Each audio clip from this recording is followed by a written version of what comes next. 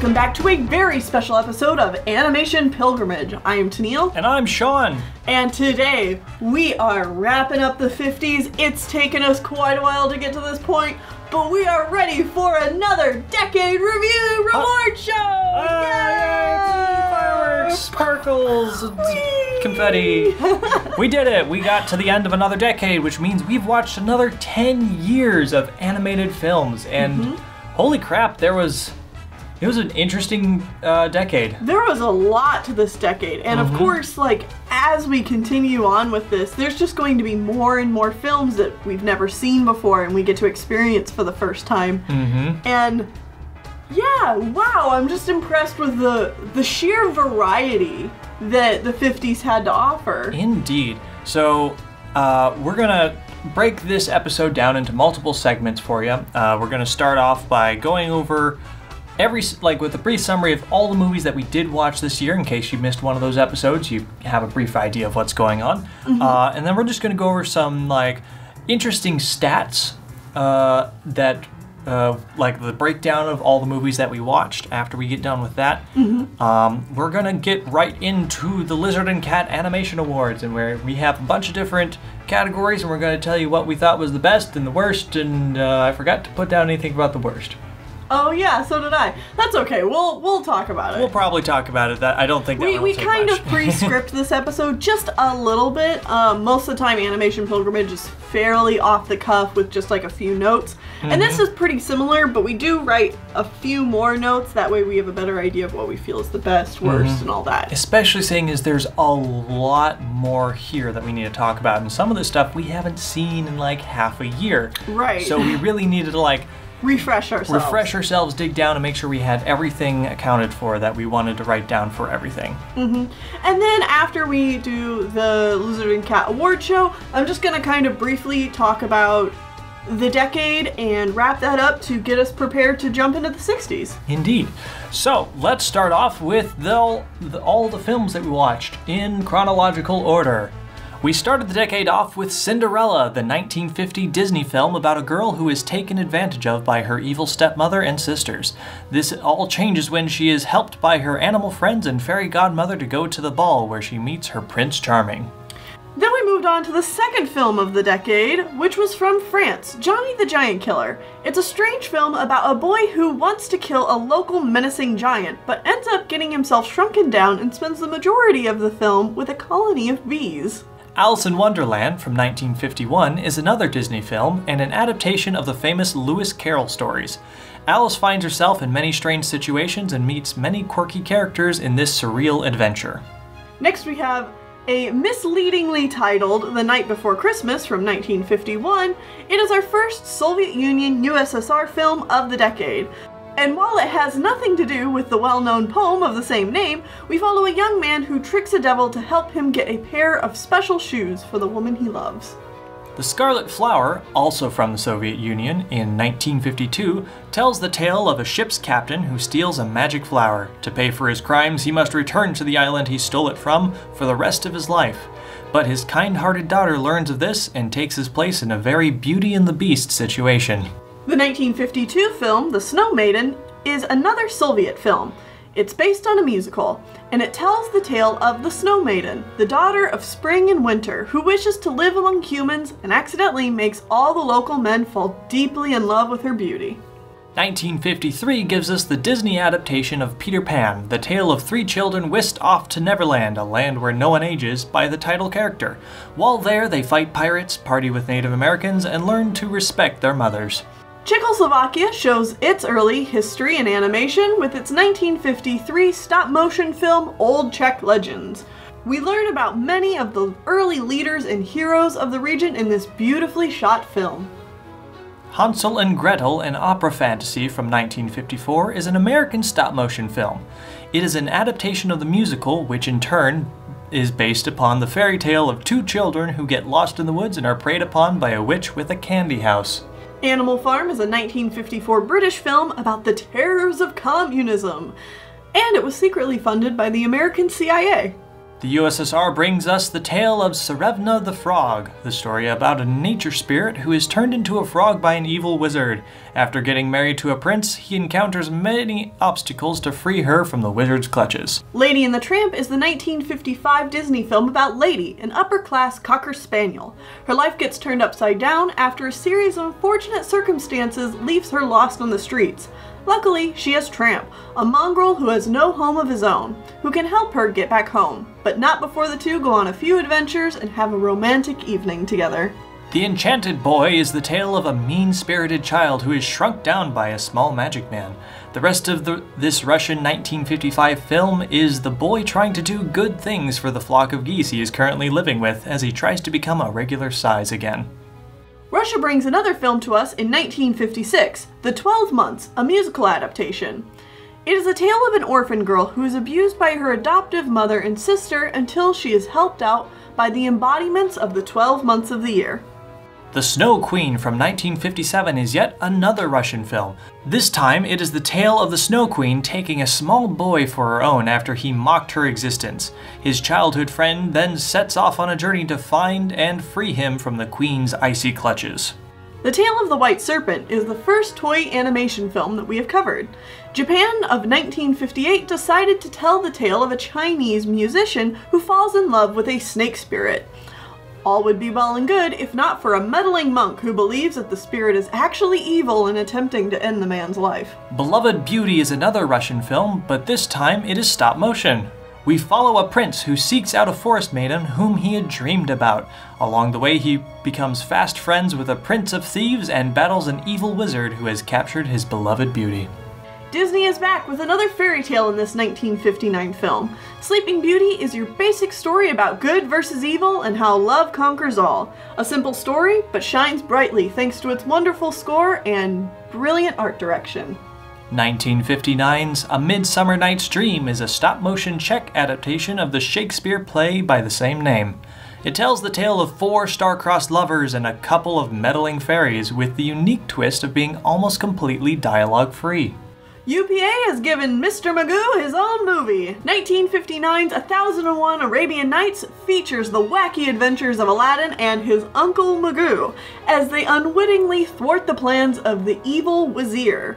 And there's also a genie who kind of helps too, I guess. The Adventures of Burantino is the final Russian film of the decade from 1959. It tells the tale of Burantino, a wooden puppet who comes to life and has many adventures. Sound familiar? It should, because it's an alternate universe fan adaptation of Pinocchio. The decade finishes off with Magic Boy from Japan. Sasuke, a young boy, becomes a magical ninja child to defeat the evil witch who is plaguing the countryside. Alongside the help of the local shogun, they take out her band of bandits and save the day. And that's it. There was a lot of them. A lot of movies we watched this time. Yep.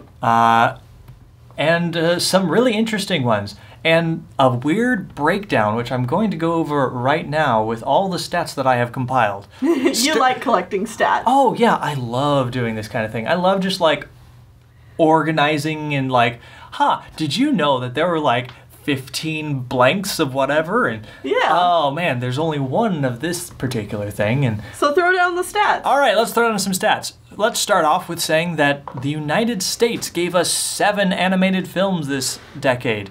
Only 5 of which were Disney, which is a significant drop from last decade where I think it was nearly double. Yeah, I think actually. Disney... Well, I mean, we did do 2 decades. Well, it was like a decade plus 3 films. Right. So, but it was the same amount of films. Like, this decade compared to everything we did in the last wrap-up is actually the same amount of films minus 1.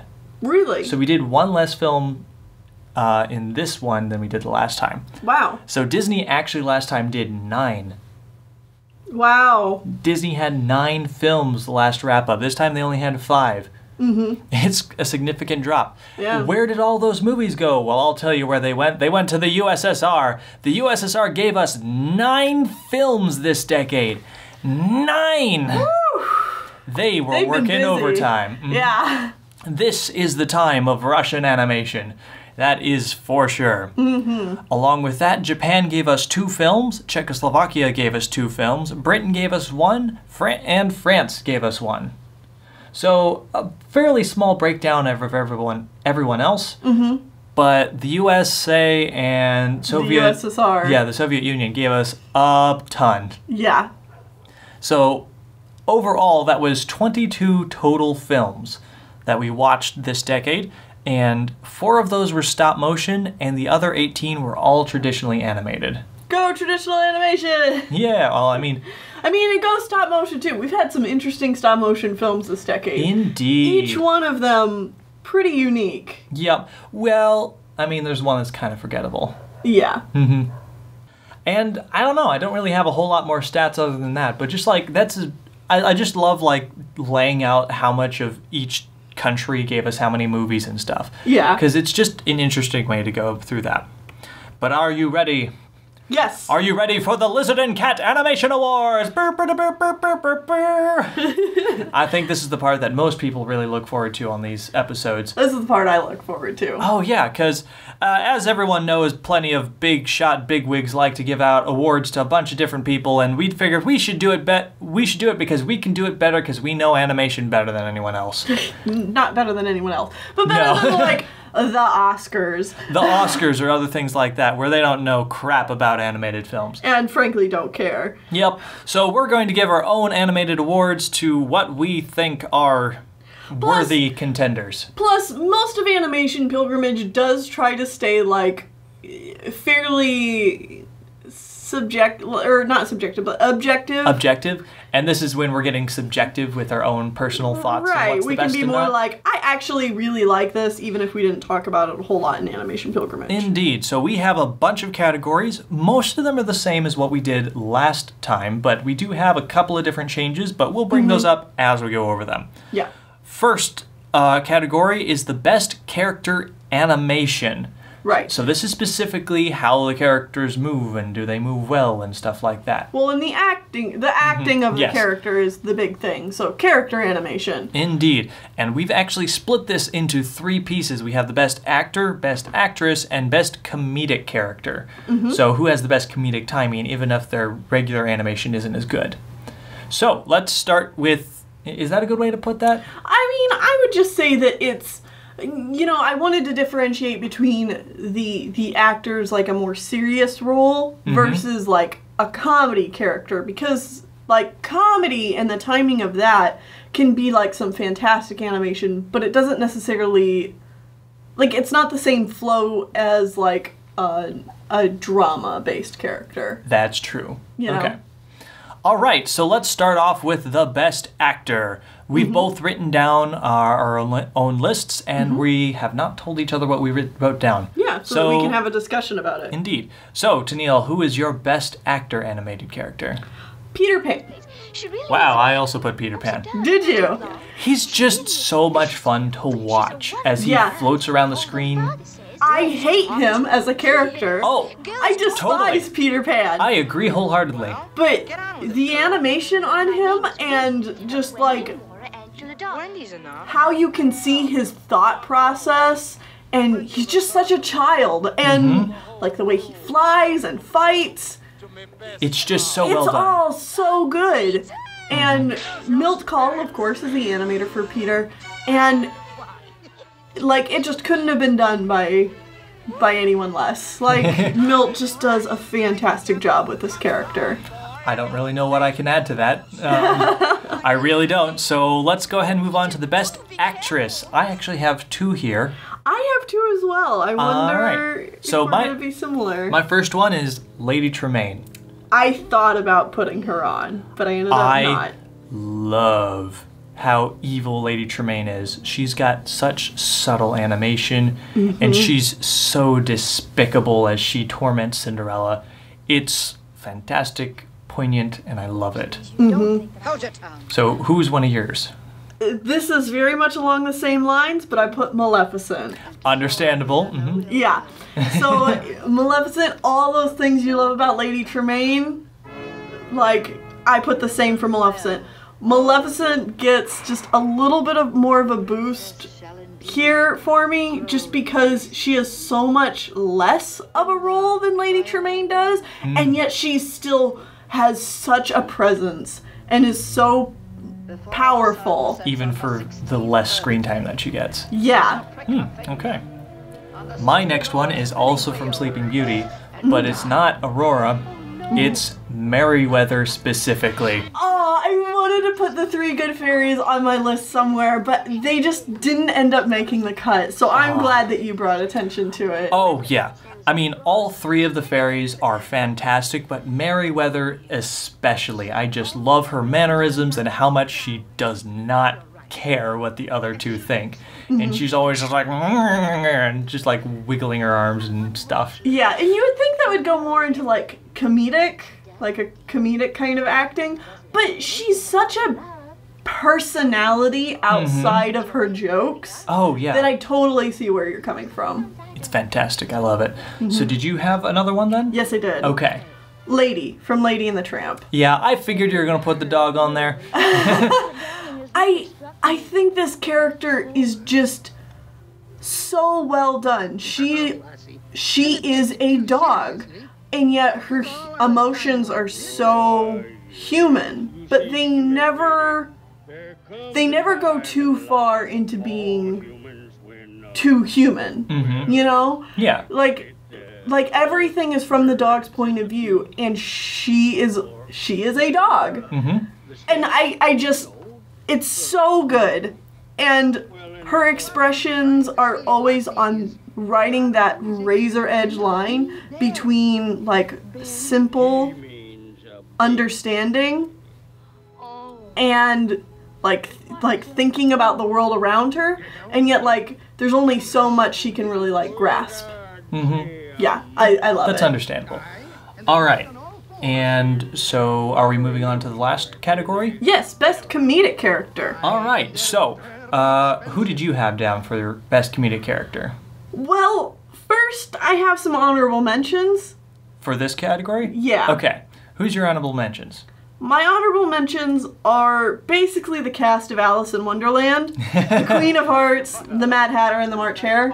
That's fair. Because it's fantastic character animation. I just don't like that movie or any of those characters. Oh, I agree wholeheartedly. That's actually why Mad Hatter and crew was on my list. Really? Because that whole scene of the tea party, while I don't like that movie at all, that animation there is excellently executed, and the comedy is in spades. So Right. I had to highlight it, even if I don't like the film itself. Well, and it's such, like, frantic animation. Oh, yeah. And the reason why like I put the Queen of Hearts on there is she has so many mannerisms and just like little ticks to her character. And she's not even in the film for very long. But like for me, like those three characters just have such a presence. And Ward Kimball animates a lot of the characters in that movie. Mad Hatter and March Hare would definitely be some that he did. But then I think it was Ollie that animated the Queen of Hearts. And it's one of his best roles, I think. Okay. So, yeah, just wanted to bring attention to that. Okay. And so those are your runners-up and one of mine. So what is your actual? Captain Hook. Yeah, Captain Hook. Captain Hook. Captain Hook is so funny. Yeah. All of his animation is, like, it's good animation, but there's a reason we put it in the comedic, like, spot, because more often than not his animation is on the comedy side as compared to more serious. But his serious stuff is also fantastic. Yeah. And Captain Hook would be animated by Frank Thomas. Beautiful stuff. Like part of the comedy of Captain Hook is his voice acting and his interactions with Mr. Smee, but also the animation. It's like just the timing on it is so good. Oh yeah. And now I know we're not giving out any awards for actual living people that did any voice acting or anything like that, but if we were, Captain Hook's voice actor would definitely get my vote for this decade, because we saw him in not one, not two, but 3 animated pieces this decade. And he was great in all of them. Oh, he was the best part of all 3 of those. He was Captain Hook, of course. He was Well, and the Darling. Because he plays Hook and Darling. Oh, okay, yeah. Whatever, that role lasts for 5 seconds, so... he played the evil Wazir in 1001 Arabian Nights. And he was the best part of that as well. And he also played the evil lawyer in one of the Disney shorts that we watched this decade. And yeah, he's fantastic. Yeah. Before we move on to the next category... If we were going to nominate an actress... Yes. I nominate Lady Tremaine and Maleficent. Because it's the same person, right? Yeah, crap, now I can't remember her name. Put her on screen. Put it on screen right now. Put Captain Hook. Put Captain Hook's voice actor on there as well. Yeah. Because we're terrible at people's names. I'm sorry. We're really, really bad at it. I am horrendous at people's names. I often call Tennille the wrong name all the time, and she's my wife. So, you know. Yeah. It's fun. She knows what I mean most of the time. Most of the time. Anyway. Before we move on, I had like another kind of honorable mention for best character animation, because I really like this character's animation. I just don't think it quite fits in any of these categories? Doesn't quite fit the categories and or just doesn't quite make the cut. Okay. Sasuke from Magic Boy. I think that animation in that movie is very good, but it's just not quite to the level that any of these are. That is fair. You know, had this been a decade ago, Magic Boy would be all over the place on this list. Yeah, it would have been winning a lot more awards, but it's so close. Just not quite there. But you know what? I don't feel that bad about it because I know Japan is going to constantly get better and better and better, and they're going to show up constantly more and more and more on all of our lists as we go. Oh yeah, it's not like this is their one. It's not like this is their one chance to do good and then never be seen again. Yeah, they're still very young in animation at this point, and and the fact that this is like their third foray into like feature film animation, and like, it's this good. Yeah, it was like, all right, we've got some good stuff coming up. I mean, we already know that. We know that from nowadays, but it just keeps going. It's so good. I'm so excited. The fact that they're already doing so well this early on is it's good to see. All right, so our next category is Best Character Design. So this doesn't mean they don't have to move well, but as long as they look cool, that's all we're looking for in this one. Yep. And we're not separating it out by Best Actor, Actress, or anything like that. This is just one category to cover all characters. I have 2. How many do you have? I also have 2. Okay. You start this time. I am going to go with what I think is one that you haven't put on your list. Okay. Because this is just an interesting one for me. It's not one character. It's not 2. It's not 3, 5, 7. It's 12. I put the 12 months. Oh, that's so true, though. I didn't even think about that. Because the 12 months from the movie The 12 Months are all designed to look aesthetically different based on the month that they are. They're like separated by like 3 winter, 3 spring, 3 summer, 3 fall, and they look fantastic and work so well as a group. Yeah. Even if their animation is next to nothing and some of the characters do 0, I love these guys. Yeah, if I could retcon my list, I would, and I would add them on here, because yes, those are some awesome character designs. And again, they have to be all 12 at the same time. Yeah, and it really, like, that was a film that you didn't care for all that much, but for me, like, just those character designs alone kind of sucked me into the film. Okay. So. Yeah. So that... Because I personally think Maleficent's design is better than Lady Tremaine, but Lady Tremaine's acting is better than Maleficent's. It's like... They're so close. A razor-thin line. Because both of those are fantastic villains, and I love both of them dearly. So I put one place and I put one the other place. For me, why I chose Lady Tremaine was because she's a design that like just radiates evil, but she's also just like a very normal looking human being. Yes. And like I love that kind of evil that is just like present in your day-to-day life kind of feeling. So like that's why I put her. Very nice. So that's all of mine. Did you have another one or a couple more? I bet you can guess. No? No. No? Well, Lady. Oh, yeah, there we go. Yeah. Lady is such a good design. It's just so charming. I love most of the designs from Lady and the Tramp. Like, they're just so appealing. And it's why Disney, like, every time they go back to doing animal stories, they go back to this kind of design aesthetic for their animals because it just looks so good. It's true. But I will let you know, I don't think I used Lady and the Tramp at all on my list anywhere. Well, I mean, I'm here. Yeah, you're here. You got it. I got it. You'll cover it.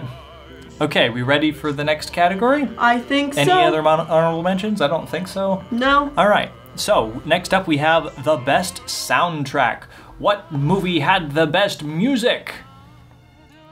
I know you, I walked with you once upon a dream. Cinderella, Cinderella, night and day at Cinderella. My best soundtrack is Sleeping Beauty, because I love the score. The songs, I think, are the weaker part. Like the actual sung songs. But the score is just really good. Okay. I put Cinderella because these are songs that I will sing along with every single time they come on. Yeah, I mean, you grew up with this I film. lived and breathed Cinderella. Yeah. It is the one VHS that my family, the front flap fell off. We had to rewind that thing because it got trapped in the VHS multiple times. It got to the point where that VHS stopped working and we bought a new one and that flap also fell off. That's how many times we watched Cinderella.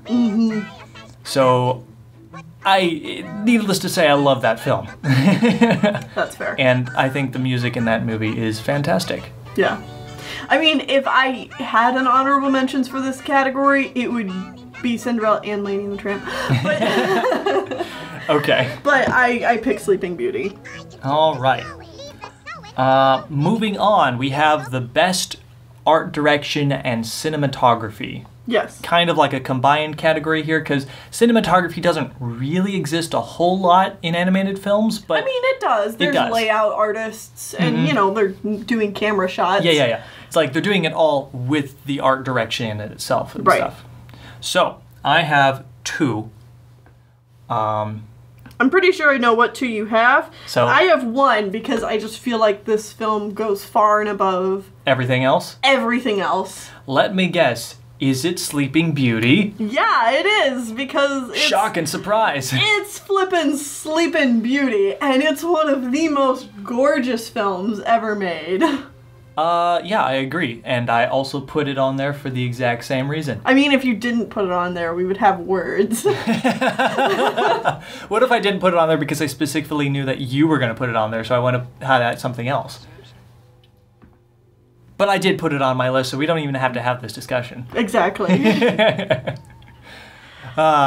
I'm guessing the other film that you put on your list was Old Czech Legends. Yes. And that's fair. Even if, like, I think the art direction in this Old Czech Legends is fantastic, but the cinematography they were able to pull off at this point in time with these puppets is immaculate. And there's a few shots that... just like as a still frame, that is a photo that I would hang on my wall because that is gorgeous. I mean, you know what the cinematography of this film reminds me of? What does it? Prince of Egypt. Yes! And not just because of the, like...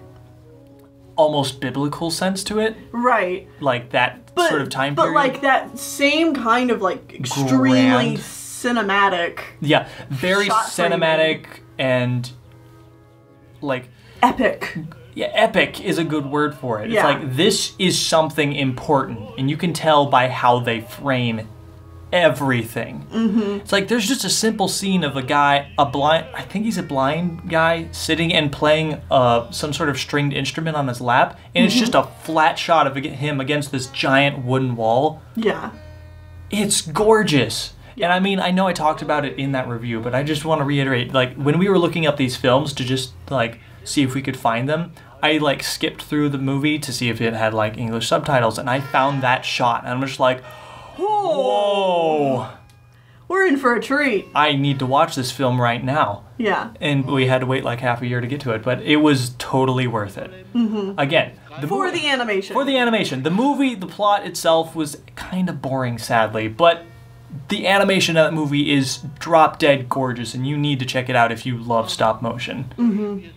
There is one other film that I did think about putting on here for art direction. Okay.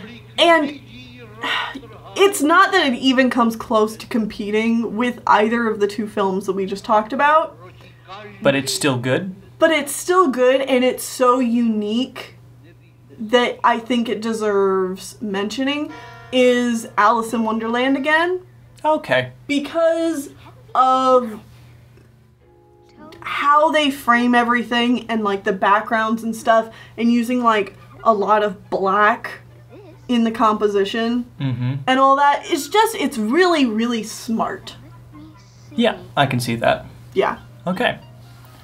All right, now we're getting into the final 4 categories, and these are more of like the best, like these are like the best movie awards. Like this is what you would get, like the best comedy or the best adventure film or something like that. But these are our 4 categories, and this first one does overlap some films with the other categories. The others do not. Right. But we'll go over all of the films that we specifically put in these categories to begin with, just so you know which of these we're actually basing it off of. Right. In case you have differing opinions or something. Yeah. So, first category is Best Musical. Yes. Which of these films was the best musical film? So, in this category, there is Cinderella, The Snow Maiden, Peter Pan, Hansel and Gretel, The 12 Months, and Sleeping Beauty. While other films had music in them or songs that they sang, we felt that these were the ones that could be considered musicals. Yes. Or were directly adaptations of musicals themselves. Yeah, and yet again, you might disagree with our list on this one. Like, one that we talked back and forth on for a little bit was, is Alice in Wonderland a musical or is it not? I ultimately decided that I did not think it counted. It has music, but I just don't think it's there. A musical. Yeah.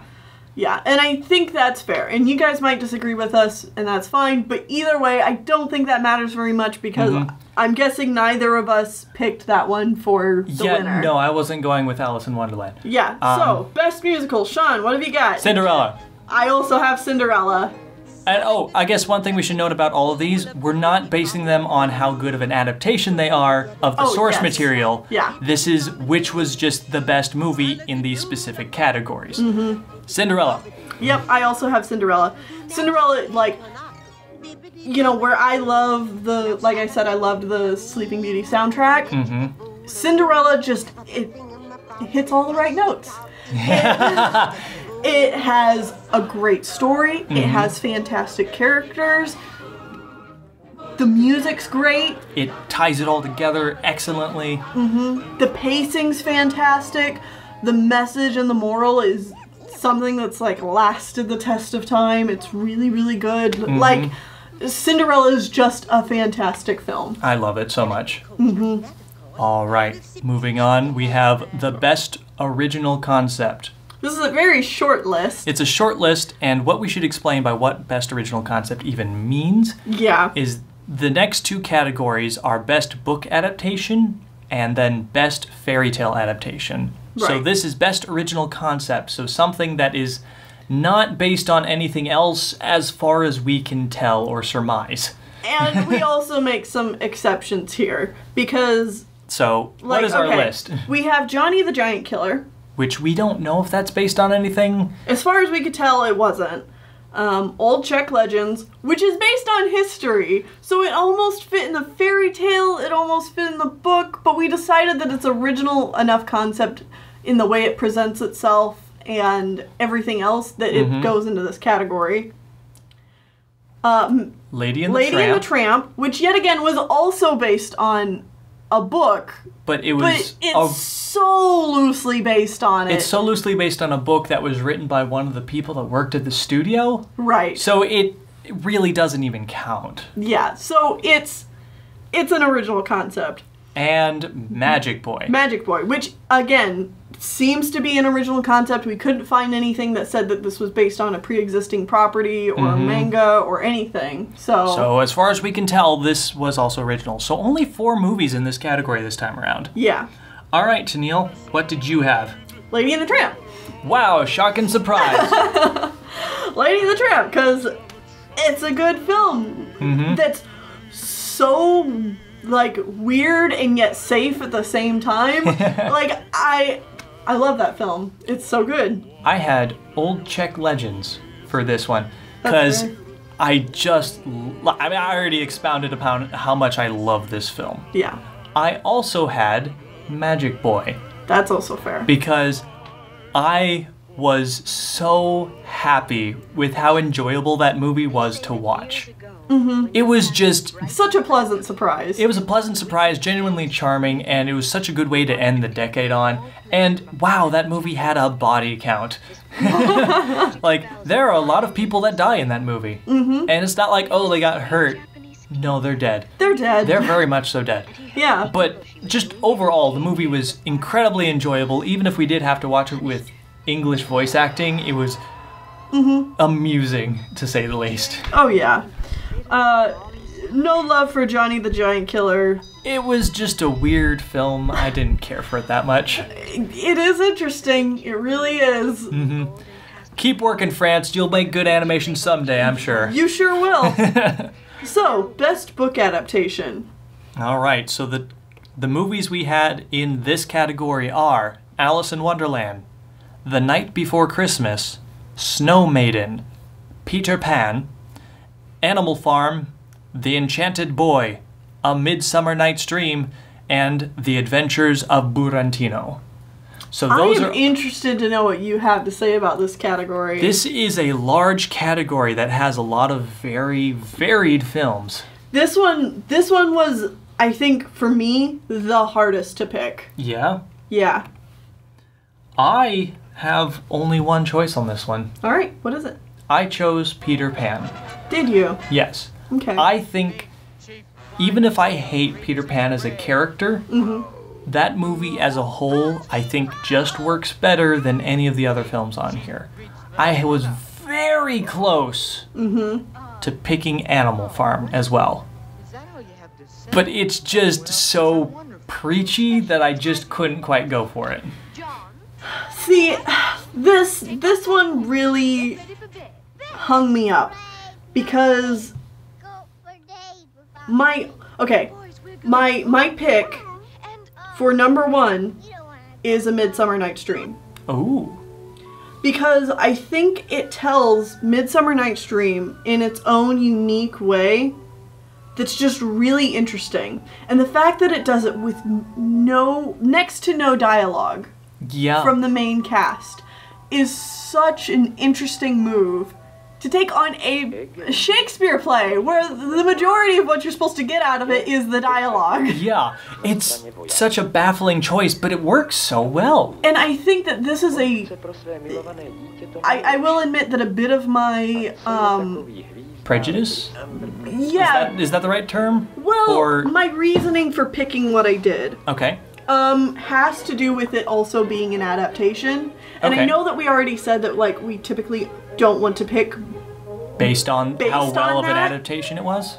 But for me, in this decade with these particular stories, it did mean something because a lot of times the thing that it is adapting ends up getting warped into saying something that the original work was not trying to say. Oh, yeah. And that's where it bothers Animal Farm. Yeah. So that's why Peter Pan isn't on this list, because while Disney did a good job and made a movie that's good, that is really not what the original book was going for.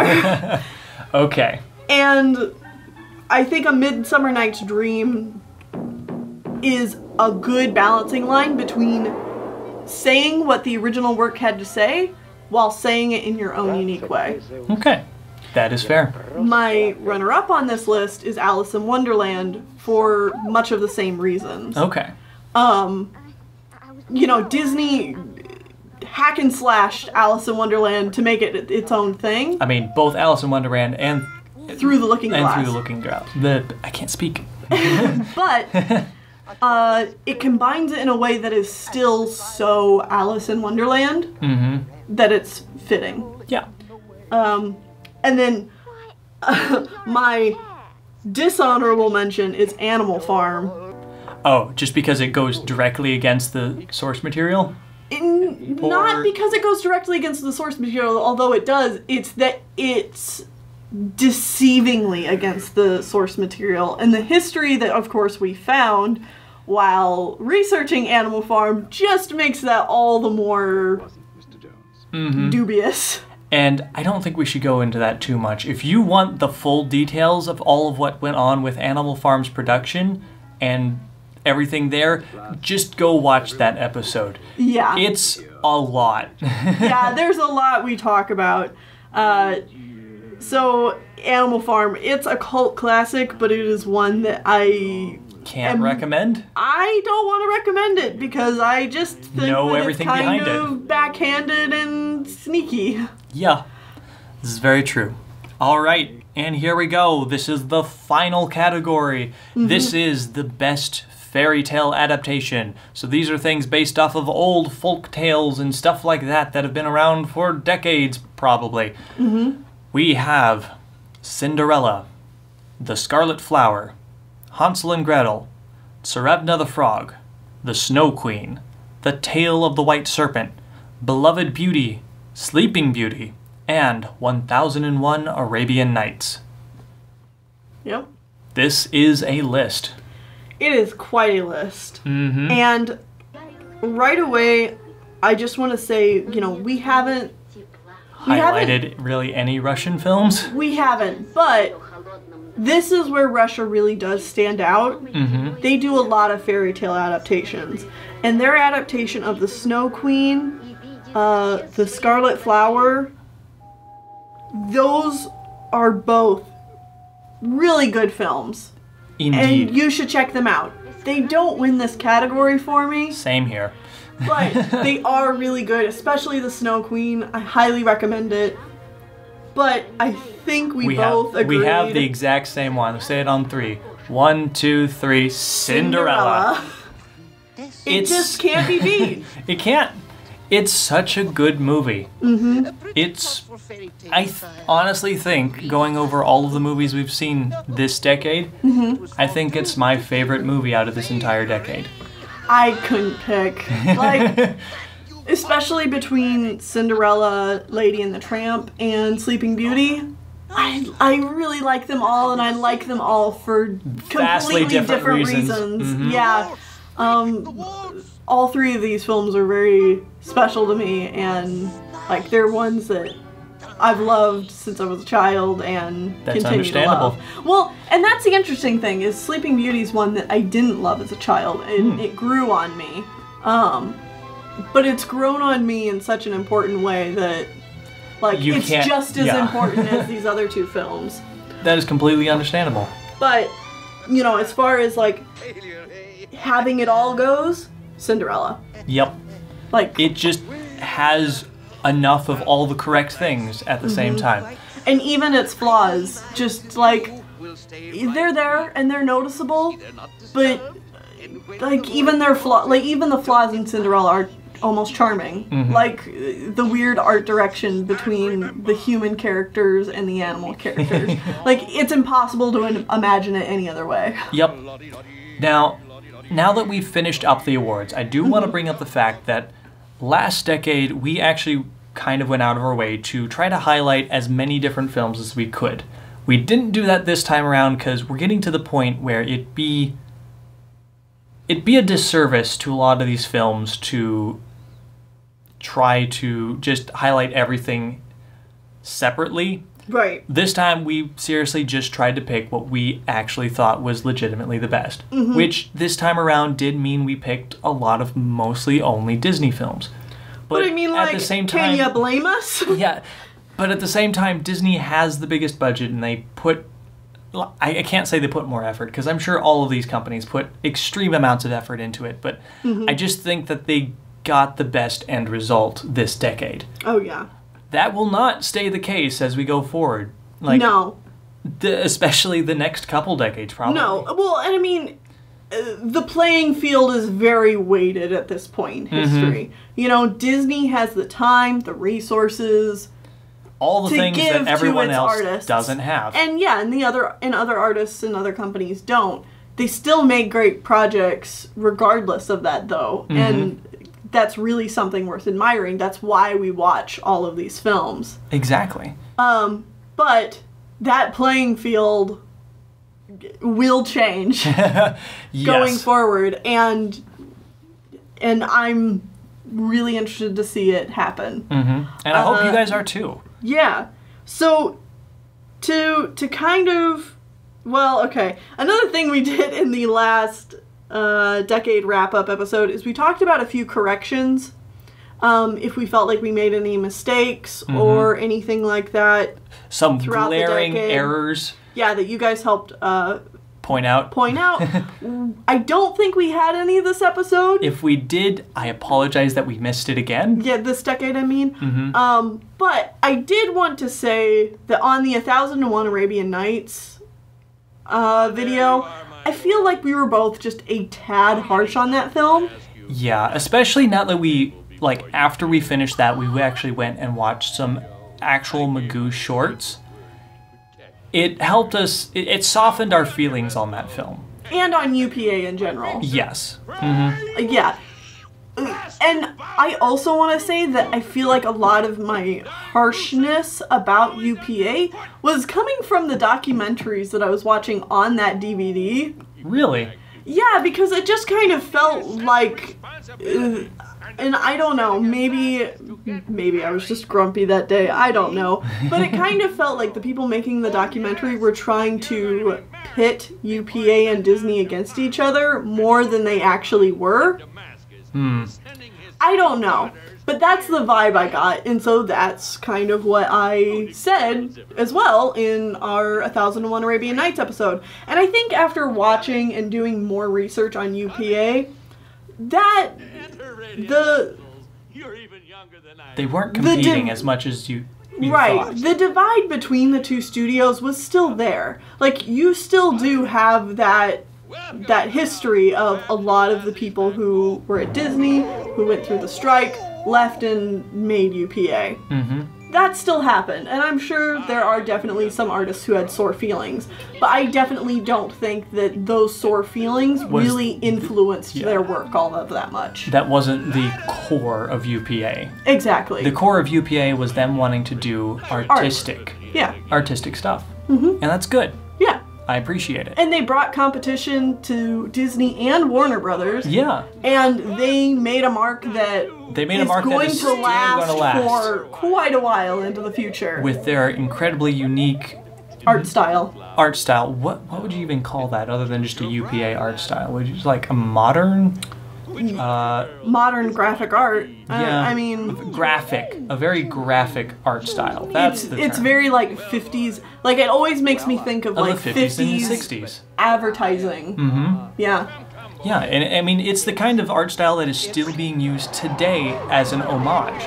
Like, the thing that I immediately think of is the credit sequences for the Hotel Transylvania movies. They are all done in this style. Well, the new Mickey Mouse shorts. Yes, actually. Are very similar to this as well. I mean, it's more of a marriage between like this kind of flat graphic art style and like the old rubber hose ideas. So yeah. Okay. Interesting stuff. And then I guess to kind of wrap up the decade, so we started off this decade with Cinderella. And And since then, like, we got a lot of stuff inspired by Cinderella, obviously. Mm-hmm. But this decade is just like it's evolved in such a natural way. Yeah, it's just kept going, and like more modern takes are happening in this decade and stuff like that. Because Cinderella was like an homage to the past. It was an homage to Snow White. But by the end of this, we've got like Sleeping Beauty, which is both an homage to the past, like Cinderella, but also graphically looking towards the future. Indeed. And we've got, like Mr. Magoo, and even like our foreign films, they're all like branching out and trying new things. Yeah, especially Soviet Russia right now. Like they were doing a lot. Rotoscope realistic humans, and like after like the third one, we're like, this is cool and all, but I'd like to see something different. And every single film after that had a completely different art style, which was really cool. And I appreciated that so much. They're trying all kinds of different things now, and it's awesome. And I know that doesn't stop in the next decade either. They get even weirder. I mean, it is the 60s. It's the time to get weird. Groovy. And man, now that we've hit the 60s and television has become a thing. Oh, it's going to affect film in a big way. It's such a big game changer because, animation is changing. And for the better or for the worse, you can argue both points until we're all dead. But until we're all blue in the face and nothing's been concluded. Yeah, but it's gonna change in a big way. So join us back here next week as we jump into the first film of the 60s. We are going back to Japan once more for Alakazam the Great. See you then. Alakai, Alako, Alakazam. Happy and carefree, that's how I am. If you want sunshine all the day long, sing this magic song. Alakai, Alako, Alakazam. Peaches and cream and strawberry jam. If you want rainbows chasing the moon, sing this magic tune.